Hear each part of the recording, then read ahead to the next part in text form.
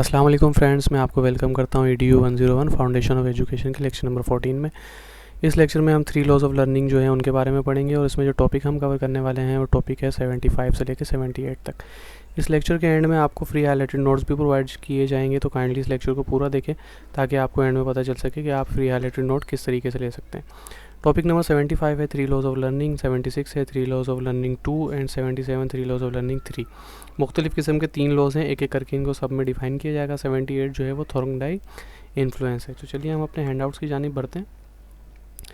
3 laws of learning है, इसमें पहला लॉ जो है वो लॉ ऑफ रेडीनेस है, often misinterpreted as educational readiness, यानी कि लॉ ऑफ रेडीनेस को जो है मिस इंटरप्रेट कर दिया जाता है। ये लोग ये समझते हैं कि ये जो रेडीनेस से मुराद ये है कि बंदा एजुकेशन के लिए रेडी है या नहीं है, लेकिन ऐसा नहीं है। ये सिर्फ एजुकेशनल के लिए रेडी नहीं बल्कि दूसरी चीज़ों के लिए भी रेडी होना चाहिए।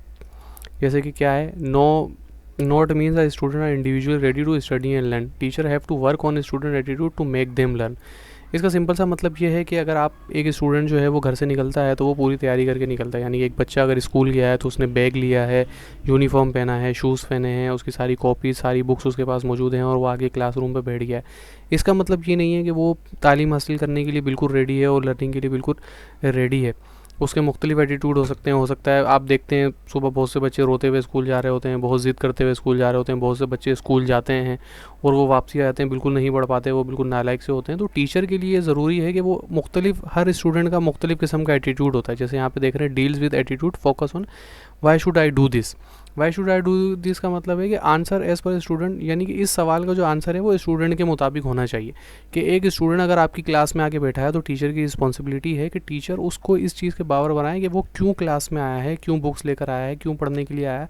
अगर वो आज अच्छा पढ़ेगा तो वो कल को वो बड़ा आदमी बन सकता है, वो फ्यूचर में अच्छा ग्रो कर सकता है, अपनी फैमिली के लिए अच्छी चीज़ें कर सकता है।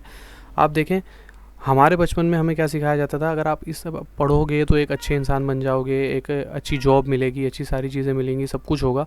तो आप और मैं जो इस लेक्चर को सुन रहे हैं, हम कहीं ना कहीं इस चीज़ को मिस करते हैं कि जो टीचर हैं शायद हमें उस तरीके के टीचर ना मिले। यानी कि बहुत जगहों पर हमें ऐसे टीचर मिले भी हैं जिन्होंने हमें इस चीज़ के लिए फ़ोर्स करवाया है कि अगर आप पढ़ेंगे तो आपको क्या होगा, पढ़ क्यों रहे हैं। इस चीज़ का सवाल जो है वो बहुत मुश्किल से मिलता है और बहुत कम टीचर जो हैं वो इस चीज़ का जवाब देते हैं, जो स्टूडेंट को इस चीज़ का एहसास कराते हैं कि अगर आज वो मेहनत से पढ़ेंगे तो वो कल को क्या कुछ अचीव कर सकते हैं इस पढ़ाई से। If nervous system is ready, conducting is satisfaction, lack of conduction is annoying. यानी कि अगर आप, एक टीचर इस सवाल का जवाब अगर स्टूडेंट से बावर करवा देता है, उसके जहन में ये चीज़ क्लियर हो जाती है कि मैं why should I do this, मैं क्यों पढ़ रहा हूँ, मैं क्लासरूम के क्यों बैठा हूँ, मैं बुक्स लेके क्यों आया हूँ, मैं रोज़ाना सुबह क्यों आ जाता हूँ, ये टीचर मुझ पर इतनी मेहनत क्यों कर रहे हैं। जब उसको इस चीज़ का जवाब मिल जाएगा तो उसका नर्वस सिस्टम जो है वो रेडी हो जाएगा, उसके ब्रेन में एक विजन उसका बन जाएगा, एक थिंकिंग बन जाएगी, एक गोल बन जाएगा कि मैं अगर पढ़ूंगा तो मैं एक बड़ा इंसान बन सकता हूँ। जैसे आज हम यूनिवर्सिटी लेवल पे हैं, हमें पता है कि अगर हम ये डिग्री हासिल करेंगे तो कोई BS कर रहा है बिज़नेस एडमिनिस्ट्रेशन में, कोई कंप्यूटर साइंस की डिग्री कर रहा है, कोई एजुकेशन की डिग्री कर रहा है। तो जो कंप्यूटर साइंस की डिग्री कर रहा है उसको पता है कल को आगे जाके IT में मुझे कोई फील्ड में जॉब करनी है। अगर मैं इसमें डिग्री में अच्छा परफॉर्म करूँगा, अच्छी CGPA ले लूँगा, मेरे कॉन्सेप्ट क्लियर होंगे तो मैं आगे जाके अच्छा परफॉर्म कर सकता हूँ। अगर कोई BS इन एजुकेशन कर रहा है तो उसे पता है अगर मैं अच्छा कोर्स लूँगा, इन चीज़ों को अच्छी तरीके से पढ़ूंगा, मेरे कॉन्सेप्ट क्लियर होंगे तो मैं एक अच्छा टीचर बन सकता हूँ। अगर आपको इन चीज़ों के बारे में पता ही नहीं होगा तो आपकी कंडक्शन जो है वो एनोइंग हो जाएगी, आप उस चीज़ के ऊपर इतना फोकस ही नहीं करेंगे। Student teacher brains must be ready, not in stress the tension that will make a teacher student annoying. ऐसा ना हो कि आप जब स्कूल पहुँचे हैं या आप लेक्चर ले रहे हैं तो आपका दिमाग कहीं और पर है, आप किसी और टेंशन में हैं, आप स्ट्रेस में। तो जब आप टेंशन और स्ट्रेस में होंगे तो आप अच्छे से नहीं पढ़ सकते और अच्छा परफॉर्म नहीं कर सकते और आपके जो है वो कॉन्सेप्ट वो क्लियर नहीं हो सकते। बहुत से स्टूडेंट क्या करते हैं, एंड में जो है वो पढ़ना शुरू करते हैं 2 दिन पहले, 3 दिन पहले। और अब तो आप देख चुके हैं पिछले सेमेस्टर में जो स्टूडेंट्स का हाल हुआ है, तो शायद अब उनको समझ में आ गया होगा कि हमें जल्दी पढ़ना चाहिए। क्योंकि जब आप एंड में पढ़ते हैं तो आप अपना 100% नहीं दे पाते और फिर फ्रस्ट्रेशन होती है, आप जल्दी जल्दी सारी चीज़ें करने की कोशिश करते हैं और एग्जाम में जब आप जाते हैं तो सारी चीज़ें भूल चुके होते हैं। वजह ये होती है या तो आप रट्टा मारते हैं या तो आप शॉर्ट लेक्चर सुनते हैं और बिल्कुल आप चले जाते हैं, जो चीज़ें आपके जहन में रह जाती हैं वो आप लिखाते हैं, जो चीज़ें आपके जहन में नहीं होती तो फिर आप गलती कर जाते हैं। दूसरा जो है लॉ ऑफ एक्सरसाइज, ये फिजिकल एक्सरसाइज नहीं है, किस बारे में बात हो रही है आइए हम इसको पढ़ते हैं। Strength of connection is proportional to frequency. Connection का मतलब क्या है, mental exercise deal with knowledge and absorption. Frequency से मुराद ये है कि अगर टीचर को चाहिए अगर एक चीज़ उसको पढ़ाई तो उसको रिपीट करे। जैसे repetition and review, repetition review are the most important task in learning.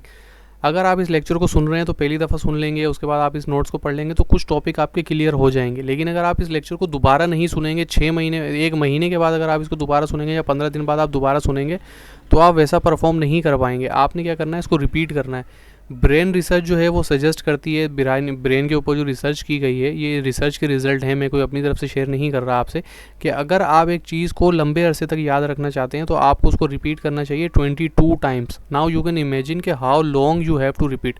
22 time repeat करना मुश्किल है एक ही चीज़ को बार बार, ये एक रट्टे की किस्म हो जाती है। आप क्या कर सकते हैं, आप मुख्तलिफ चीज़ों को देख सकते हैं। यानी कि आपने ये लेक्चर सुना, आपने नोट्स लिए, आपने एक दिन बाद नोट्स पढ़ लिए। जब आप नया लेक्चर ले रहे हैं तो आपने उस टाइम लेक्चर नहीं लिया बल्कि नोट्स पढ़ लिए। इस नोट्स को एक दफ़ा पढ़ लिया और आप लेक्चर आपने सुन लिया। जब आपका मूड है, आप लेटे हुए सुकून से, आप पढ़ना नहीं चाहते, तो आपने सुकून से एक हैंड फ्री लगाया और आपने ये लेक्चर दोबारा सुन लिया। तो ये रिकॉल होते रहते हैं। जब आप अगले लेक्चर सुने तो पिछले लेक्चर्स भी आप सुन लें, या पिछले नोट्स पढ़ लें एंड देन आप अगले लेक्चर सुन लें, या इन नोट्स को, हाईलाइटेड नोट्स को एक दफ़ा पढ़ लें। उसके बाद है law of effect, responses that cause satisfaction, strengthen connection, discomfort, weakens connection. Law of effect क्या है? Tell the student that they can do it, make them motivated and force them in a positive way to get good things. यानी कि आप जो है, effect क्या होता है, टीचर को चाहिए कि वो अपने स्टूडेंट को जो है वो मोटिवेट करके रखे।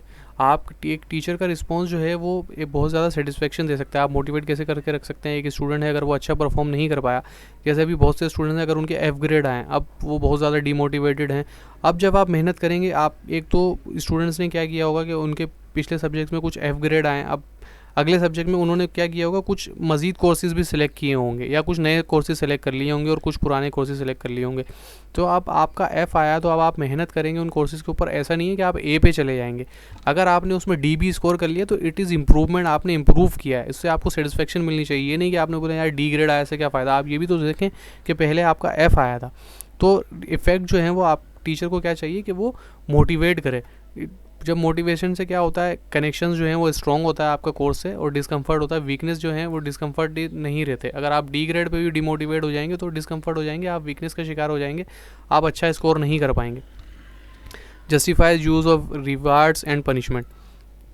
Good things come to you because of a good thing. Reward motivate a student to do hard work, give reward and punishment justified manner honestly as a teacher. अगर आप एक टीचर हैं तो आप अपने स्टूडेंट को जो है वो रिवार्ड दें और पनिशमेंट दें, और बिल्कुल जो है वो आप फेवरेटिज्म का शिकार ना हो जाएंगे। एक स्टूडेंट अगर आपको अच्छा लगता है तो आप उसी को रिवार्ड दिए जा रहे हैं। एक स्टूडेंट जो आपको उसकी शक्ल पसंद नहीं है तो आप उसको पनिश कर रहे हैं, या वो शरारती है तो उसको पनिश कर रहे हैं। ऐसा नहीं होना चाहिए। आपने ऑनेस्टली दोनों पे मेहनत करनी है। जो स्टूडेंट पढ़ा लिखा है, लाइक है, उसके पेरेंट्स उसे पढ़ा रहे हैं, या वो सोशली अच्छे लोगों के साथ उठ बैठ रहा है तो वो पढ़ रहा है, या उसके पेरेंट्स पढ़े लिखे हैं, और एक स्टूडेंट जो है उसके पेरेंट्स इतने पढ़े लिखे नहीं हैं as compare to other student जो कि अच्छा परफॉर्म कर रहा है, तो इसमें उस बच्चे की कोई गलती नहीं है। आप उसके साथ ज़्यादती ना करें, उसके ऊपर उतनी ही मेहनत करें। अगर आप उसको रिवॉर्ड दे रहे हैं या पनिश कर रहे हैं तो जस्टिफाइड मैनर में करें, क्योंकि उसके बहुत ज़्यादा इफेक्ट्स होंगे उसके ऊपर।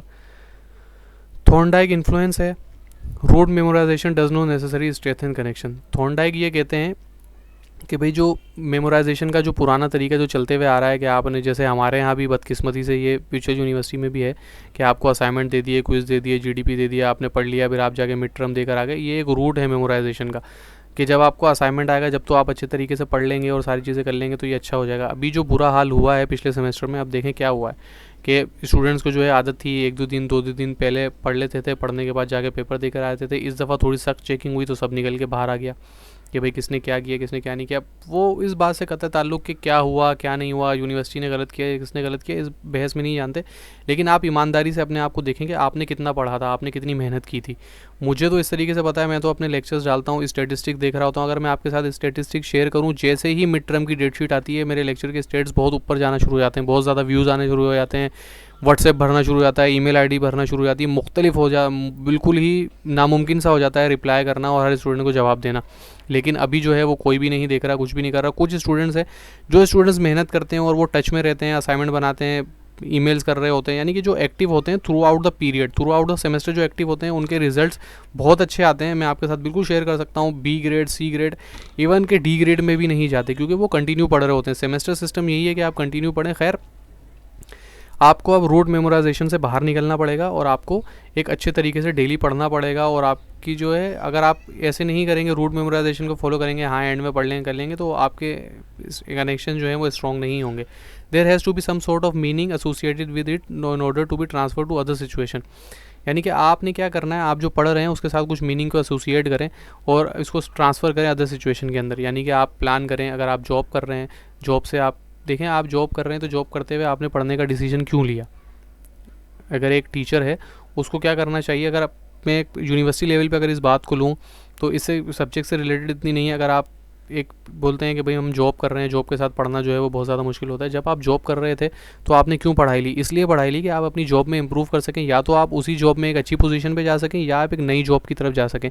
ये एक बड़ा टास्क है। जब इसके लिए आपकी कोर क्या है, आपकी बेसिक नीड क्या है कि आपको एजुकेशन हासिल करनी है। अगर इसमें आप अच्छी CGPA नहीं बना पाएंगे तो कहीं ना कहीं मेहनत तो आप कर रहे हैं ना।